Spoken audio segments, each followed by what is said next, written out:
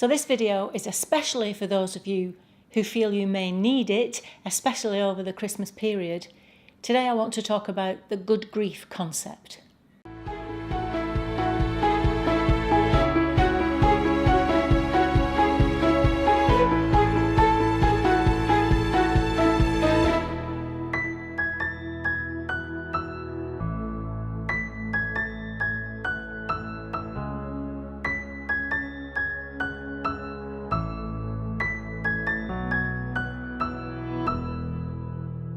Hi, my name's Christine L Conroy. Welcome to Happy Stuff and Fluff, a channel for women over 50 who are getting happy and growing younger. This is a requested video too. Someone in particular asked me to do a video on grief. I'm not going to mention your name, but you know who you are. And it's been a long time coming, really. First of all, I have to say I am not an expert on grief, but I have studied positive grieving. Is there such a thing? Well, yes, I think there is. Everybody deals with grief in their own way, and I apologise up front if I say something that you disagree with, hopefully that doesn't offend you, because as you know, my whole reason for being is to help you through these. I don't really want to call this a challenge. Clearly, it's a bit bigger than that, I think.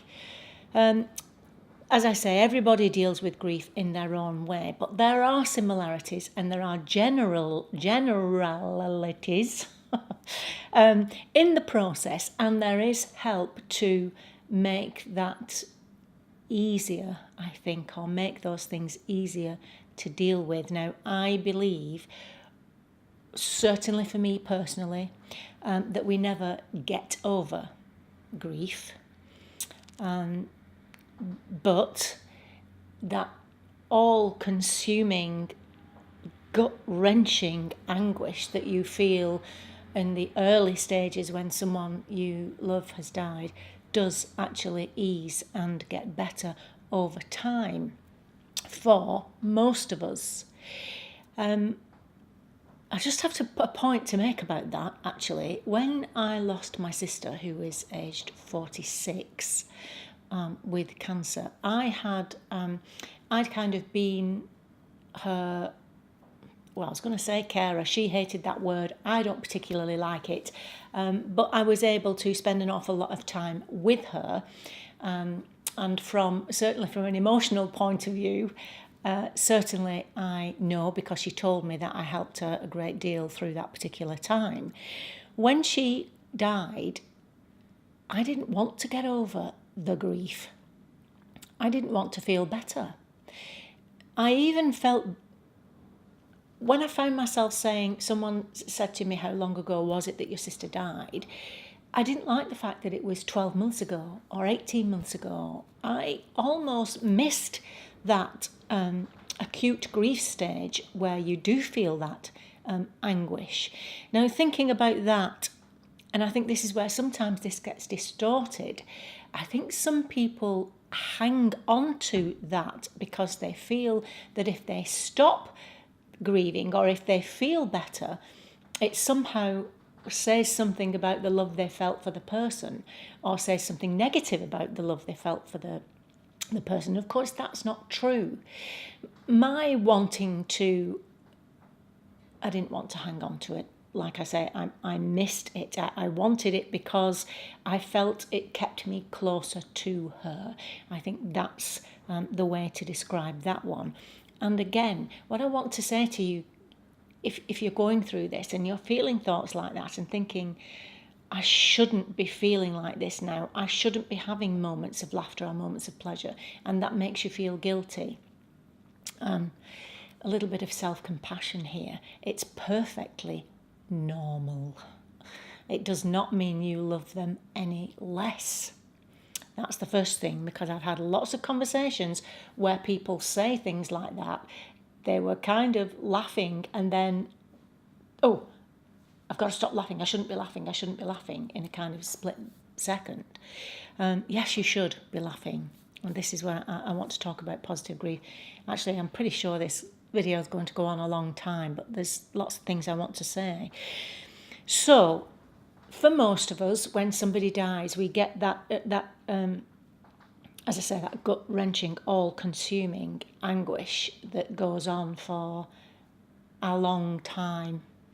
I hate bandying about times, because people think, oh, well, I should be feeling this now and I should be feeling that now.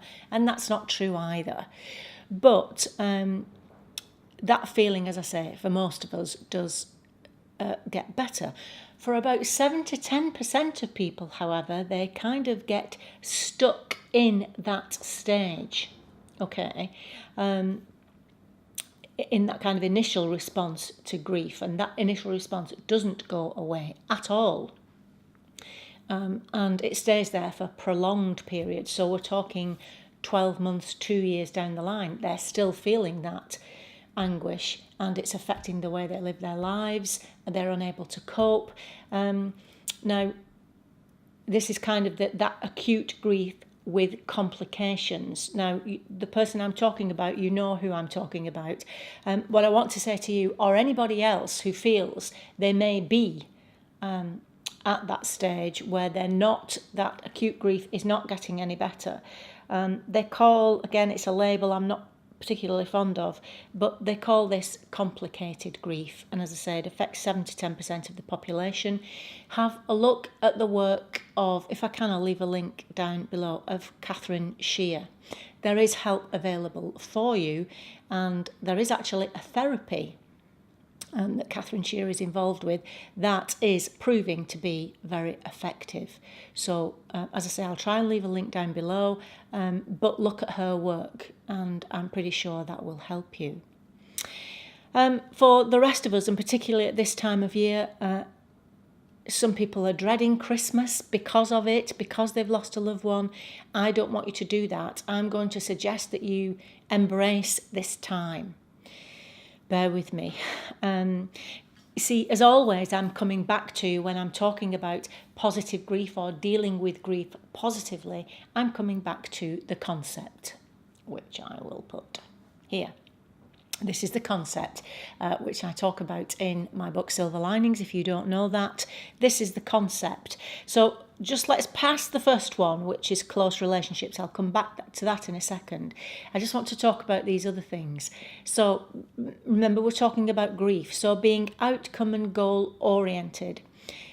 Something that's going to help you is to, if you can, maybe not in those first early stages of acute grief, which you need to go through, which is, don't try to stop that from happening. If you can accept that you're going to feel like that, it's okay to feel like that, and, you know, kind of have self-compassion with yourself through that time until you start to feel a little bit better and are able to be more outcome and goal oriented. It's going to help. So create a project. I know one of our subscribers, and good for you, who is now talking about planning holidays because she needs something to be future or more future oriented. Planning a holiday is a great idea. Something that's going to make you laugh here, I'm going to say redesign your kitchen. Now, the reason I say that is Mr. Kitchen, hence the name, that's the family business, designing kitchens, bedrooms and office furniture and so on. The number of people, widows, who come in and have a new kitchen quite soon after their partners have died is amazing. And they come in and they say that, you know, that their husband has died. They've come into some kind of inheritance and they've decided to have a new kitchen. Now, what it does is there's lots of stages to get involved with and lots of decisions to be made when you're buying something as big as a kitchen. And those things that you have to think about and make decisions are things that help you to move away from the all-consuming thinking about grief, or it enables them somehow to start to think about the person who's died in a more positive way. What would he do? Which one would he choose? How would, so you're thinking about that person in a different way. It is quite interesting, but yeah, you would be surprised at that. So yeah, that's a bit tongue-in-cheek. I don't expect you to go out and buy a new kitchen. I just thought I'd tell you that because I think it's quite interesting. And I understand why. It does give them this project, and it helps them to become more future oriented as opposed to dwelling too much on the past. Living in the now. Now, I'm going to say you also have to try to be present with the people who are left around you, particularly at this time of year. You've got, if you've got other family around you, they need you and love you and want your presence too. And so trying to be present in the moment with the people in the here and now is also something that will help. C is for contribution. When I talk about close relationships, I'm going to suggest the idea that if you're struggling, that you join a group. And if you don't want to join a group in person, join a Facebook group. Because what it does for you, it lets you see that other people are struggling with this thing too.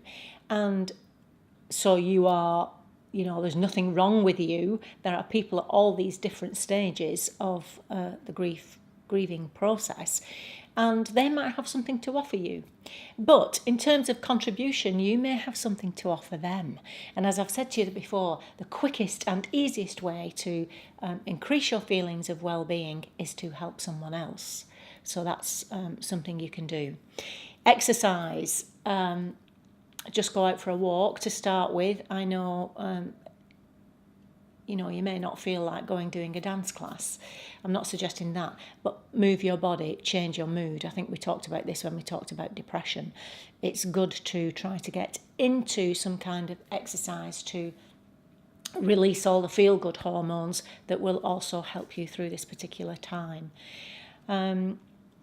P is for pleasure, self-care again. And I say to you, make a list of things that you enjoy. I call it digging for treasure, or digging for pleasure, rather, in Silver Linings. But that's because I have this mantra almost. Moments of pleasure, small and often, are what get you through the day, whatever you're dealing with. But certainly when you're dealing with grief, moments of pleasure, small and often, are what will get you through the day. So you need a list of things that give you pleasure that you can keep coming back to and put in your diary and take care of yourself in that way. So self-care through the use of pleasure is incredibly important to you.